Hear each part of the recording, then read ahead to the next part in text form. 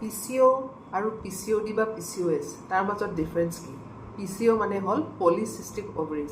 এইটো এটা আল্ট্ৰাচাউণ্ডত এটা ফাইণ্ডিং হয় য'ত অভাৰিজ আমি মাল্টিপল সৰু সৰু সৰু সৰু চিষ্ট থাকোঁ। চেইন অফ পাৰ্ল, এনেকুৱা যেনেকৈ পাৰ্লৰ নেকলেছডাল যেনেকুৱা, ঠিক তেনেকুৱা নিচিনা যে সৰু সৰু সৰু সৰু গুটি এনেকুৱা চাৰিওফালে আছে।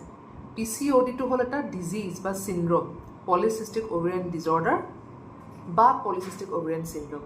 এইটো হ'বলৈ হ'লে আপোনাৰ তিনিটাৰ ভিতৰত দুটা বস্তু পজিটিভ হোৱাটো জৰুৰী। কি কি পজিটিভ হ'ব লাগে? এটা হ'ল আল্ট্ৰাচাউণ্ডত আপোনাৰ PCO পেটাৰ্ণৰ অভাৰি আপুনি দেখা পাব। ছেকেণ্ডত আপোনাৰ ক্লিনিকেল চিমটমছ মানে মেনষ্ট্ৰুৱেল ইৰেগুলাৰিটিছ বা ঋতুস্ৰাৱৰ খেলি মেলি হোৱা।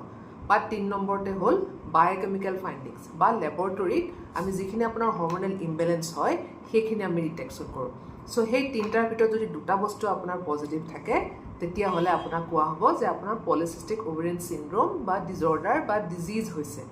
অকল PCO পেটাৰ্ণ যিটো অভাৰি আমি দেখা পাওঁ আল্ট্ৰাচাউণ্ডত সেইটো ছিগনিফিকেণ্ট বা সেইটোৱে আপোনাৰ PCOD হোৱাটো জাষ্টিফাই নকৰে।